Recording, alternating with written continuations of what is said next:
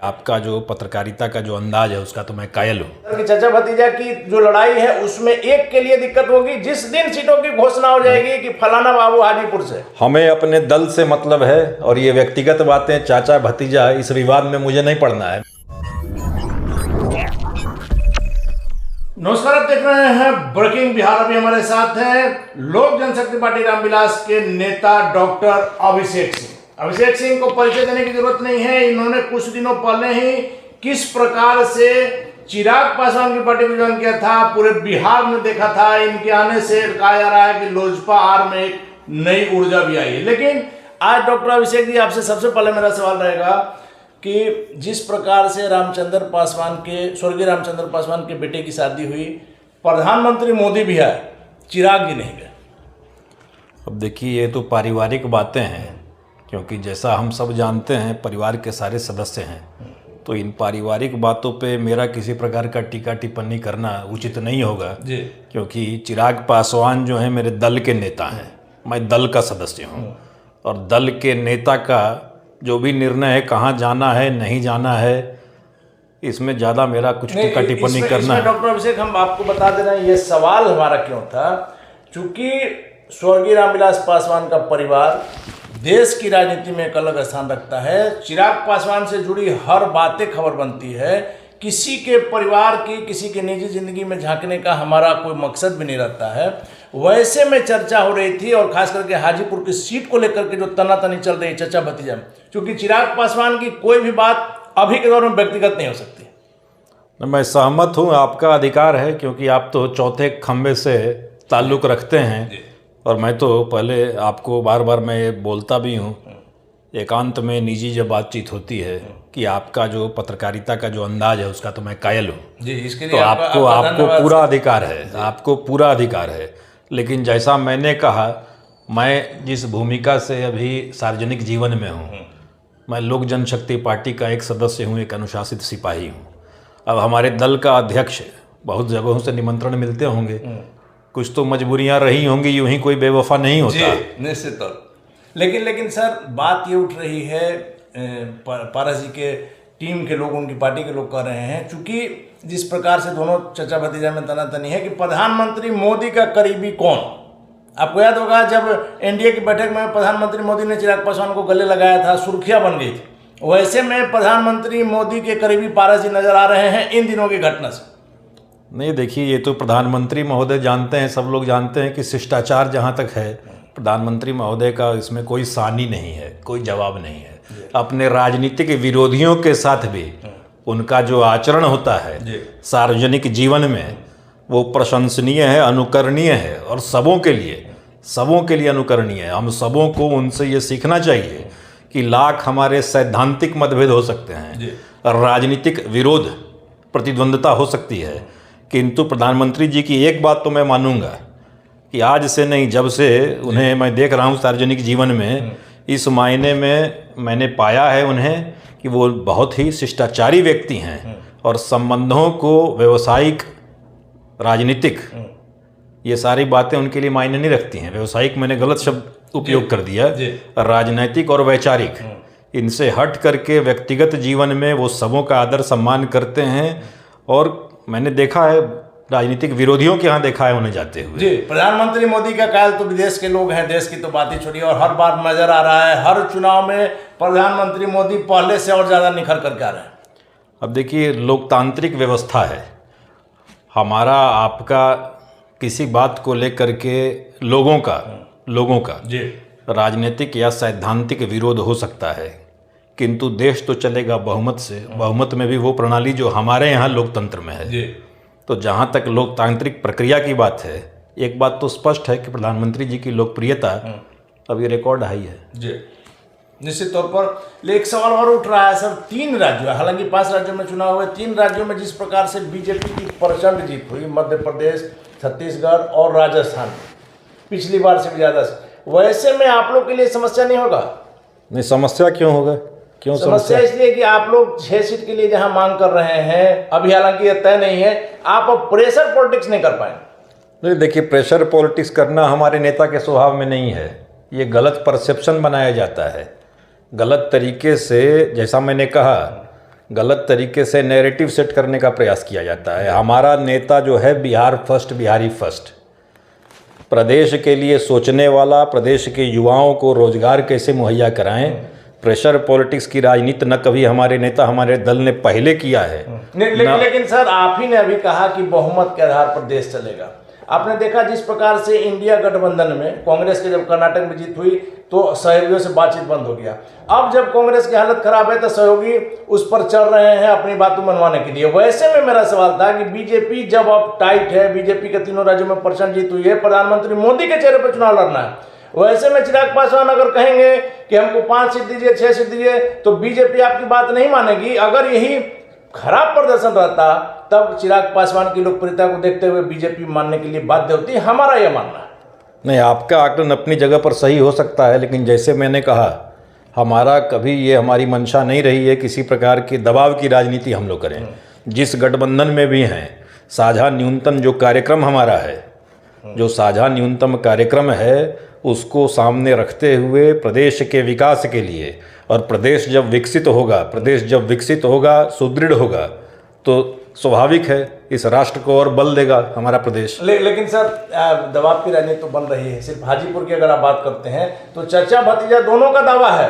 चिराग पासवान के नेताओं का कहना है कि अमित शाह से, गृह मंत्री जी से बात हो गई है और हम लोग हाजीपुर से निश्चित लड़ेंगे। चिराग पासवान से मेरी कई दफे बात हुई है, उन्होंने कहा है कि हमारी पार्टी लड़ेगी। अब ये हमारे अध्यक्ष ने अगर आपको ऐसी बात कही है तो उसका खंडन करना या उसके टीका टिप्पणी करना, ये मेरे अधिकार क्षेत्र से बाहर की बात है। आपके अधिकार क्षेत्र से बाहर है सर। सवाल इसलिए उठ रहा है कि दोनों चाचा भतीजा की जो दावेदारी है, हाजीपुर पारस जी का भी सिटिंग सीट है, वैसे में अगर नहीं मिलता है चिराग पासवान को, नहीं देखिए, अगर मगर में हम लोग न जाएं, क्योंकि संभावनाओं का खेल है, मैं जानता हूं इस बात को, किंतु जो हमारा गठबंधन है मौजूदा, उसका जो शीर्ष नेतृत्व है जो कि में बैठा है, उसके पास भी तंत्र हैं ये जानने के लिए जनमानस के बीच में लोकप्रियता किसकी कितनी है, किसकी अधिक है, किसकी कम है। और कोई गठबंधन और किसी गठबंधन का नेता ऐसा नहीं चाहेगा कि कोई भी ऐसा निर्णय बोले जिससे कि राजनीतिक शक्ति और ताकत। ये अपने इंटरनल सोर्स से करा रही है सर्वे, और अपने सहयोगियों को कौन सीट देना है यह भी तय होगा। लेकिन हाजीपुर को लेकर के हम बार बार आपको कह रहे हैं, दोनों में से एक को एनडीए छोड़ना होगा। जहां तक हमारा सवाल है, आज की डेट में एनडीए छोड़ने पे हमने कोई विचार किया नहीं है।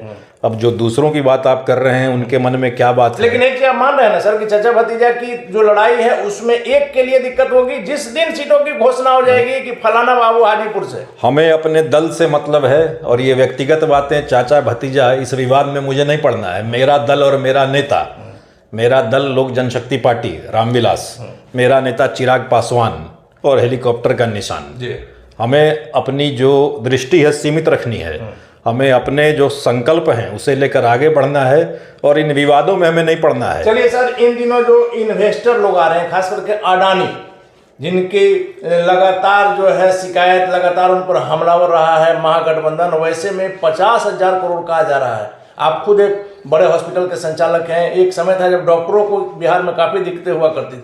क्या आपको लग रहा है कि माहौल बदल गया है या पब्लिक को फिर जो है सिर्फ आशा दिखाया जा रहा है? नहीं, अगर माहौल बदलने में तो हम लोगों को, जैसा मैंने कहा, वैचारिक और राजनीतिक इन बातों को छोड़ करके कोई भी अगर अच्छी पहल होती है और लोग आते हैं तो हम लोग स्वागत करेंगे। लेकिन सर, मुख्यमंत्री 2 घंटे तक बैठे रहे और मुख्यमंत्री का भाषण नहीं हुआ, इसको आप कैसे देख रहे हैं? ये थोड़ा मुझे खेद है इस बात का।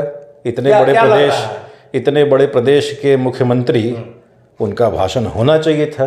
नहीं हुआ, इसके पीछे क्या कि फिर मुख्यमंत्री के मुंह से कोई निकल जाएगा, बवाल हो जाएगा, ये ऐसा कुछ है क्या? नहीं, मैं अब हो सकता है समय की कुछ बाध्यता रही हो, वो काफी समय तक मुख्यमंत्री बैठे रहे सर। अब क्या किस योजना के अंतर्गत ऐसा प्रोटोकॉल बनाया गया कि माननीय मुख्यमंत्री महोदय जी नहीं बोलेंगे? आपको लग रहा है कि इन्वेस्टर यहाँ आएंगे, बिहार में माहौल बदल गया है? हमारी हार्दिक इच्छा है कि इन्वेस्टर यहाँ आए और माहौल और बदलने की आवश्यकता है। हार्दिक इच्छा है, आप तो बड़ा हॉस्पिटल चला रहे हैं, उस दौर से चला रहे हैं जब डॉक्टरों को दिक्कत हमने शुरू में कहा, लेकिन आज लग रहा है कि माहौल बदल जाएगा।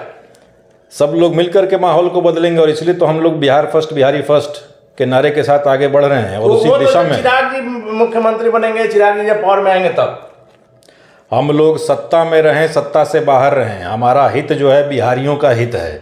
और कोई भी व्यक्ति, कोई भी दल, कोई भी विचारधारा जो बिहारियों के हितों की रक्षा करेगी, हम सदैव उसको सकारात्मक सहयोग देंगे। तेजस्वी यादव सर नहीं गए, इन्वेस्टर मीट जो था उसमें नहीं गए, नवादा में कल जो मुख्यमंत्री जी का प्रोग्राम था उसमें नहीं गए। कहा जा रहा है कि गृह मंत्री अमित शाह से जो मुख्यमंत्री नीतीश कुमार की मुलाकात हुई, आरजेडी खेमे में नाराजगी, आप इसको कैसे देखते हैं?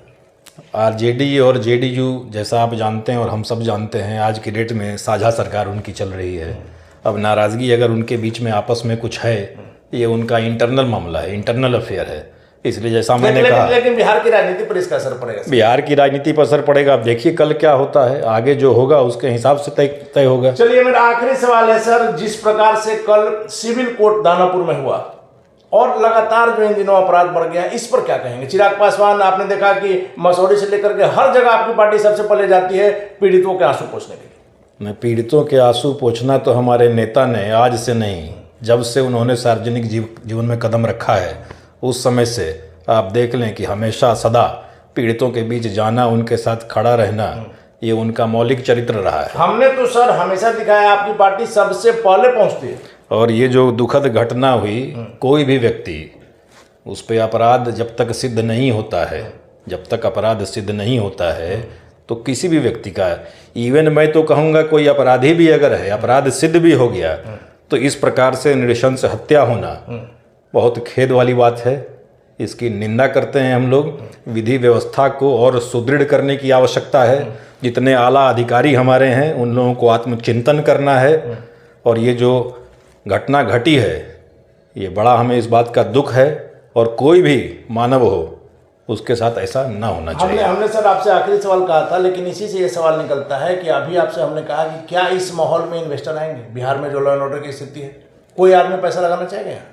निसंदेह ये जो है इन्वेस्टर्स को थोड़ा हतोत्साहित करेगा। ऐसी घटनाएं अगर घटती हैं, इसमें कोई संदेह नहीं है कि जो बड़े निवेशक होंगे हतोत्साहित होंगे। और ये विधि व्यवस्था को और सुदृढ़ करना, ये एक बहुत महत्वपूर्ण कदम है। उसके बिना हम लोग ये जो मंसूबा बना रहे हैं, ये बड़ा धरा का धरा रह जाएगा। जब तक कि विधि व्यवस्था को हम लोग पूरी तरह से सुदृढ़ नहीं करेंगे, जिससे कि निवेशक और यहाँ पे जो भी कल कारखाने उद्योग लगेंगे, उसमें काम करने वाले लोग मानसिक रूप से स्वयं को, अपने परिवार को सुरक्षित नहीं पाएंगे। जो पैसा लगाएगा सुरक्षित महसूस करेगा तब लगाएगा। अवश्य। धन्यवाद सर। तो हमारे साथ लोक जनशक्ति पार्टी रामविलास के नेता डॉक्टर अभिषेक सिंह। सीधे तौर पर कहना है कि हाजीपुर में जब चिराग पासवान ने कह दिया है तो वही लड़ेंगे। और जो शादी की जो बातें चल रही है स्वर्गीय रामचंद्र पासवान के बेटे कृष्णराज की, व्यक्तिगत मामला है, चिराग पासवान कहीं फंसे होंगे, इस कारण से नहीं गए होंगे। कुछ तो मजबूरियां हो रही होंगी, वरना यूं ही कोई बेवफा नहीं होता। और जिस प्रकार से बिहार में क्राइम बढ़ रहा है, निश्चित तौर पर मुख्यमंत्री नीतीश कुमार की यह पहल इन्वेस्टरों को लाने की काफी सराहनीय है। सभी दलों ने इसकी सराहना की है। लेकिन जब तक लॉ एंड ऑर्डर की स्थिति सुदृढ़ नहीं होगी, तब तक बिहार में इन्वेस्टर कैसे आएंगे? बिहार की राजनीति में आगे क्या होगा देखना काफी महत्वपूर्ण होगा। फिलहाल बने रहे ब्रेकिंग बैक्स।